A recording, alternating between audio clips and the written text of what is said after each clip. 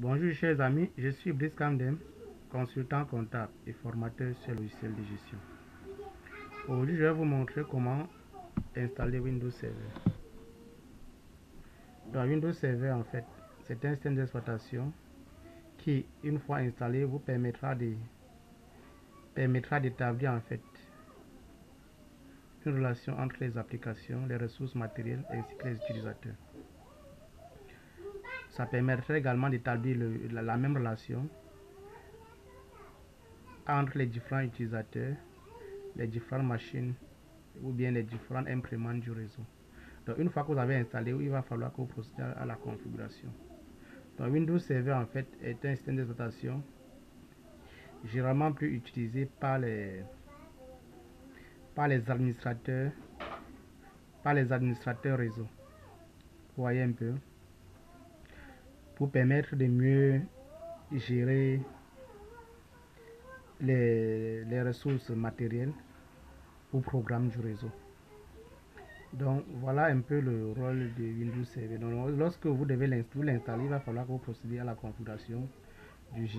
Ça s'installe automatiquement avec le gestionnaire du serveur.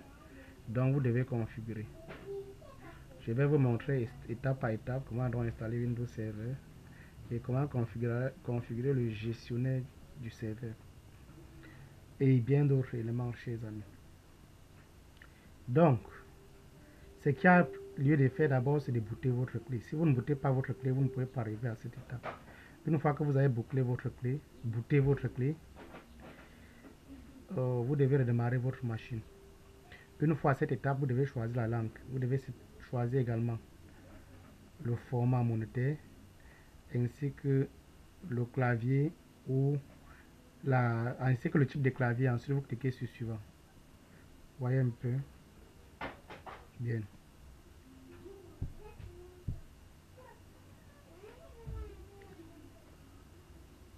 Voyez un peu, chers amis. Vous cliquez sur suivant. À ce niveau, vous cliquez sur installer maintenant. Voyez un peu. Donc, et également réparer l'ordinateur. Pour installer maintenant, mais vous cliquez sur installer maintenant.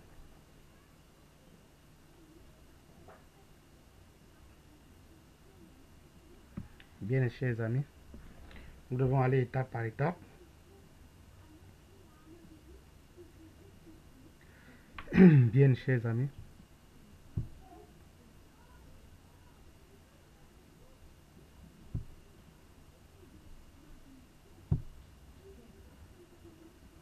Donc, quand vous arrivez à ce niveau, chers amis, vous avez le choix entre choisir la version Standard Evaluation ou bien la version Data Center. Donc, il faudrait choisir la version Data Center. Je vous conseille de choisir la version Data Center Evaluation, expérience utilisateur.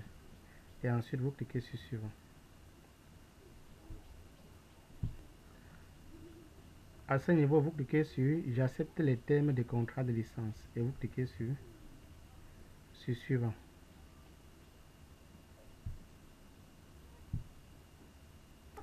Donc quand vous arrivez à ce niveau, vous devez choisir l'espace libre en fait. Votre machine peut avoir plusieurs, votre disque peut avoir plusieurs, peut ne pas avoir de partitions, comme ça peut avoir plusieurs partitions. Vous devez choisir la partition libre en principe pour installer, afin d'éviter d'écraser vos données. Vous voyez, dans ce cas, la machine n'a qu'une seule partition. Je vais cliquer dessus. Il y a 127 Go libre total et il y a 100 espace libre, il y a 127 Go. Vous choisissez plutôt la partition avec un espace total et espace libre identique pour installer. Vous avez la possibilité de créer également une nouvelle partition. Vous avez même la possibilité de supprimer une partition. Donc vous avez autant de possibilités. Une fois que vous cliquez sur la partition de votre choix, vous cliquez sur suivant tout simplement.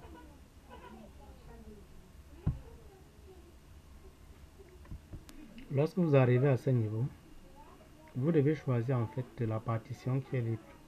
Votre disque dur peut ne pas avoir de partition. Et si ça n'a pas de partition, et qu'il y a de l'espace occupé, il serait mieux de créer une nouvelle partition afin d'éviter d'écraser vos données. Vous voyez un peu. Et si ça a plusieurs partitions déjà, vous choisissez la partition qui est disponible avec un espace total égal à l'espace libre. Et vous cliquez dessus et vous cliquez sur suivant.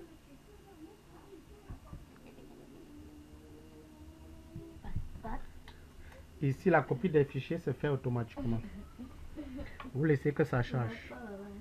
Que ça charge. Vous laissez que ça charge. Vous laissez que ça charge, chers amis.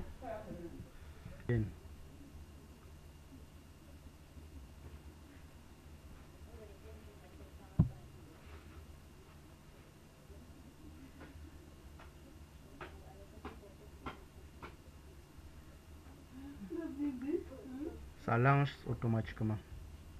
Vous voyez un peu, ça lance automatiquement.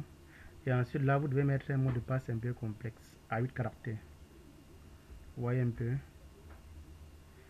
Je vais mettre le mot de passe que voici. Donc vous saisissez votre mot de passe. Le mot de passe doit avoir au moins 8 caractères, avoir une lettre minuscule, une lettre majuscule et un chiffre. Donc vous saisissez le mot de passe de votre choix. Vous voyez un peu. Et ensuite, vous saisissez le mot de passe de votre choix et vous le répétez. Vous voyez un peu, je saisis AZJ1 comme mot de passe.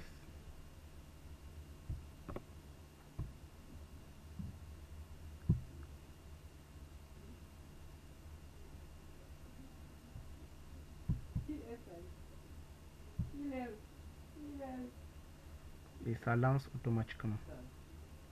Et à ce niveau, vous saisissez simplement votre mot de passe administrateur pour vous connecter au système. Vous voyez un peu. Ok. Ok. Là, le gestionnaire du serveur se lance automatiquement.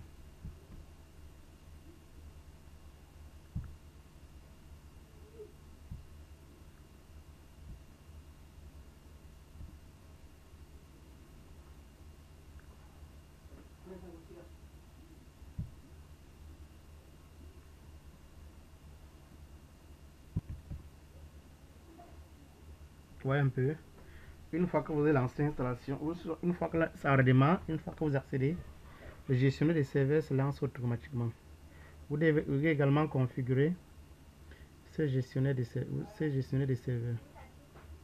Vous devez le configurer. Je vais vous montrer étape par étape dans la prochaine vidéo comment configurer ce gestionnaire de serveur. Merci chers amis.